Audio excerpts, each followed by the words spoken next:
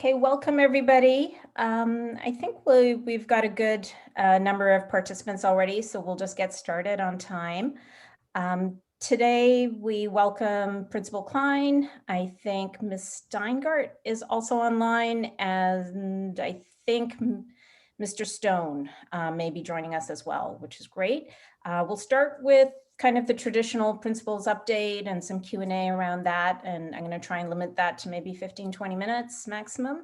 And then we wanted to try something a little bit different with our community today and really give you an opportunity to share what your experiences have been and are right now and what you're seeing. I do have at least one person who wrote to me, so I will read out their testimonial. And we'll record this first part, which is the principal's update and Q&A, and then we will turn the recording off for that sharing part of it. So with that, I'll just turn it back to Principal Klein. Thank you. And I'm going to quickly turn it over to Mr. Stone, if that's okay with you, Mr. Stone, because I know that you have some other things you need to get going to. If you want to kind of just give us a quick update from the ASB land. Sounds good. Thank you, Mr. Klein. Hi, everyone. I'm Greer Stone. I'm the Student Activities Director, and I'll give you a kind of a quick update on what we're doing with some of the new cohorts that are here. Quick update on senior event planning and graduation. So, as you know, we have I think about 8 new cohorts on campus this week. And so we were planning on, we've broken up into various committees to focus on particular subject areas. And so one committee is working on creating fun activities for those cohorts every week. So this week we did this like picture scavenger hunt game around the campus to be able to reacclimate students back to campus. Been hearing some positive feedback from some of the teachers in those cohorts. And next week we're kind of finalizing what the activities will look like for that. We're also going to be trying to have some music out there on the quad as well. So it'll be something kind of new, fun, and engaging for students each week in the cohorts. We also have, let me pull up my.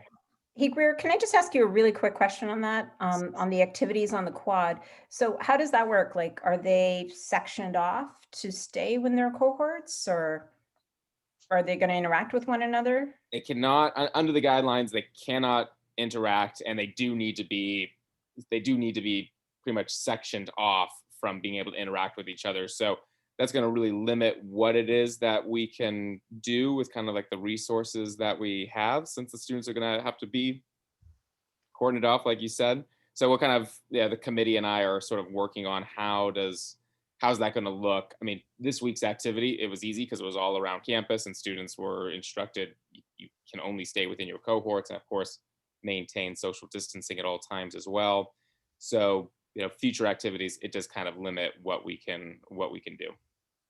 Okay, thanks. No problem. Let's see, we also have coming up in a couple of weeks, we're working on some sort of Valentine's Day week-long celebration. And that should involve kind of like valgrams and different things that ASB is putting together.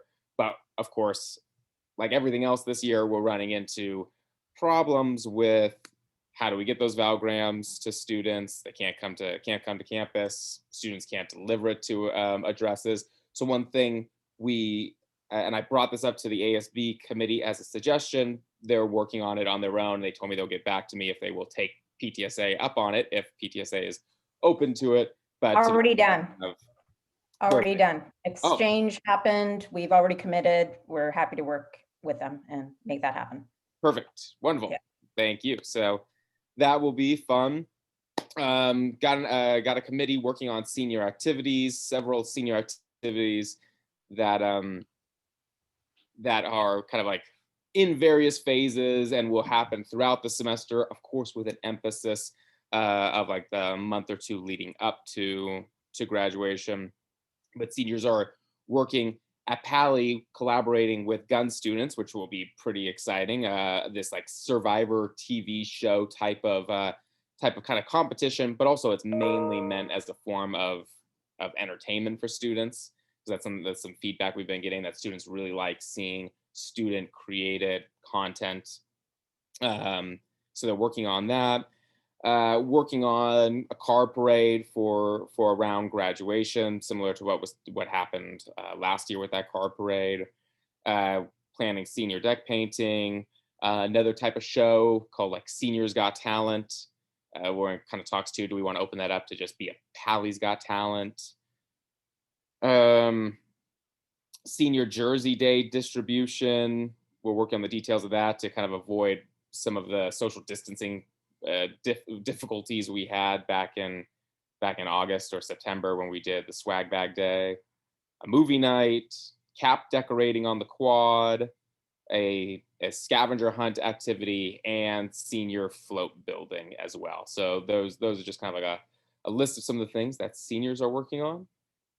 This afternoon, myself and Principal Klein and Wendy Stratton from Gunn and Lisa Hall, the student activities at Gunn, and I think a couple other district personnel are getting together to start planning what our graduation ceremony is gonna look like, and trying to figure out, I think, different contingency plans for that.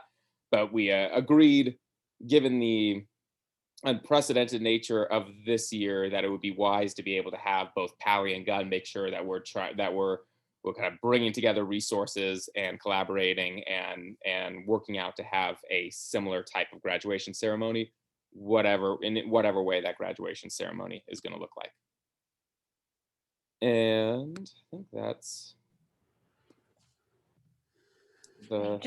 Just to quickly add on to that update from the PTSA perspective, actually all 5 presidents of the secondary schools are also beginning to meet and converse with one another around some of the activities they are thinking about around for 8th grade graduation, as well as our seniors, in terms of celebrating those graduating folks. And one of the ideas that had come up, and Mr. Stone, I'll talk to you about this one offline, but really recognizing that our incoming freshmen this year are going to be in a really unique situation of not having experienced half of their middle school life in person, and really thinking maybe beyond what we do normally for freshman orientation, and maybe having more of a week-long type activity or something. But just some emergent ideas coming out of that group, and I wanted to share that we're also working together across our schools. Perfect. I look forward to kind of hearing what's been thought of. So yeah, that's my report, my update. Thank you, Mr. Stone. Not a problem. I think the biggest part of my update today is that we welcome back 7 cohorts of students, 3 freshmen to 10th grade, 11th grade, 12th grade, and additional special ed cohort. You see kids walking around, appropriately distancing, talking, laughing, interacting.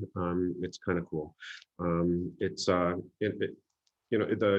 In the classrooms or the spaces that they're in several different places: the student center, the band room, library, a couple other classrooms that are big enough to accommodate that. It's nothing extravagant. They're on their Zoom classes as usual, but they're just in a room with a certificated teacher if they needed assistance or any sort of motivation. And as Greer said, we're hopefully going to increase the activity piece of that, as well as has to align with the criteria for having kids on campus. So you're not going to see them interact closely or anything like that. We're going to try our best though to kind of instill some sort of activity based for our students. It works for most. Most kids are excited to be here. A couple, it doesn't work out, and so they're choosing not to do it. But there's not been very many that have decided that. Can I share my screen, please?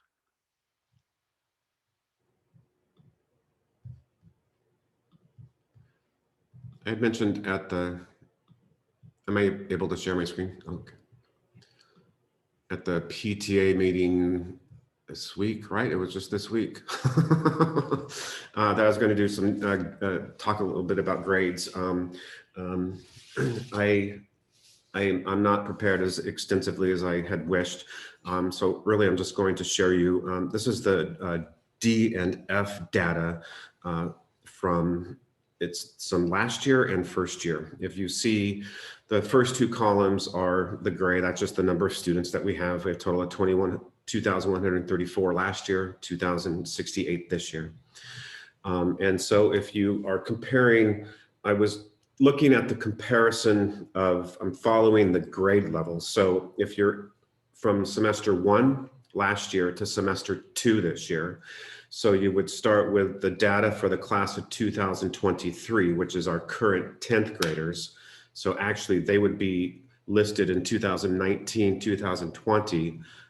That's them right there as a freshman. So there was 61 students last year, freshman students last year that received D or Fs. This year it increased by 3, so there's 64. So a slight increase by 0.7%. If you follow the 10th grade last year, the 10th graders, 67 students last year. And if you look at theirs, there's decrease. So it's going down to 39. So it's less students. And then again, last year's 11th grade, 65 Ds or Fs back, and it's down to the same number, 35. So it was a decrease as well. And I'm going over here to growth or change over time. So this is in the green section here. This is the first quarter of this school year and second quarter of this school year. And you will see that in the first quarter, 75 freshmen, Ds or Fs, versus at the end of the semester, it decreased 53 students. So that's a decrease a little bit there. We had 108 10th graders down to 64 D and F. So everything you see is actually decreased in terms of the number of Ds and Fs over time from first quarter to second quarter. I have, so this is like big picture, and and I am working on getting further in terms of student groups and different programs to see exactly the growth or any sort of things that we need to be looking at in terms of grade data. And I will, once I have that, I'll definitely be sharing that to folks as well.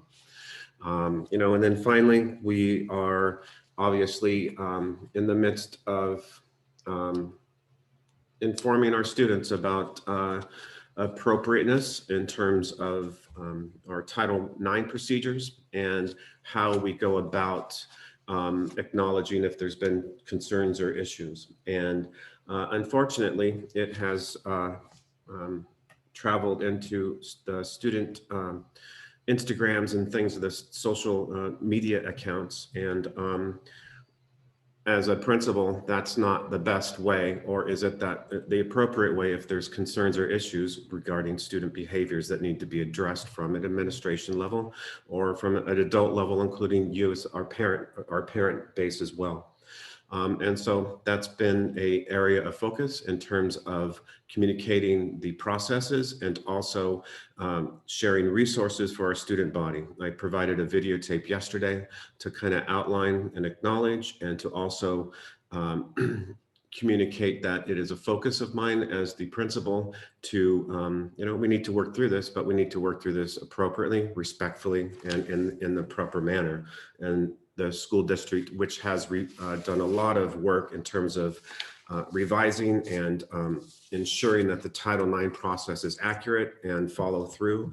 And I have absolute confidence that as long as we follow the process as outlined, it'll have the outcomes necessary. But the most unfortunate thing is that a lot of assumptions that this process doesn't work. And there's many pieces of everything about Title IX that cannot and will not be communicated because it's private information. And when we deal with specific student information, it's not something that will be advertised. So that's the constant struggle and rub.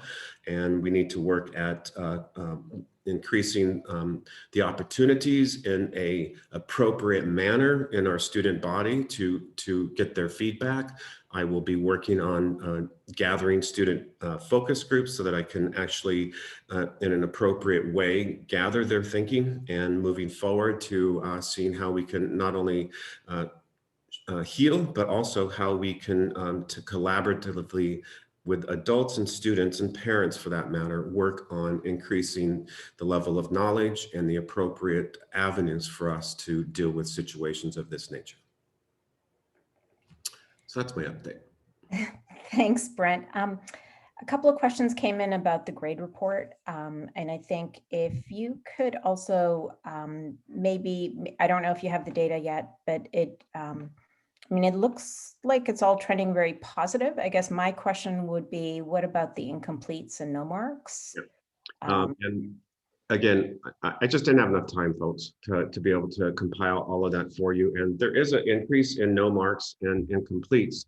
But what that tells me is that teachers have set up contracts and expectations with students to complete work that has not been turned in, or so there's something out there that needs to be completed before their grades would be finalized. A few more questions around that. How many of those numbers are explained by people who choose to leave POSD for another school? Or do we have any data on that? I don't right this second. And then a question around mental health metrics. Are we also tracking those sorts of metrics around calls into our wellness center or any other metrics? We follow up on, I mean, we have opportunities for our teachers to, you know, communicate with our wellness team about students if they're having concerns. I mean, we're looking at all different areas. I don't know if I have a formalized matrix that I could share with you at this point, but there is open communication between teachers and counselors in terms of referencing students for wellness support. Okay, there's a question that came up. How many kids have gone missing out of view of administration? How many what? Kids have gone missing out of view of, and somebody feel free to unmute themselves if you want to clarify. Yeah, I don't know what that means. Okay, if we can come back to that. And then on the Title IX, the handling of Title IX complaints has been an issue in the district for a few years. Has an audit been done of the procedures at the district and school level to handle these complaints? Can we see the audit results? I don't have that answer. Okay. Okay, we'll follow up with our community on that one. And I think with that, questions have been coming through chat. I did want to make sure that we left enough time for the sharing piece of this very unique TGIF that we're going to do today. So at this point, we're going to stop the recording. Carl, you're welcome to stop the recording. Thank you. And I welcome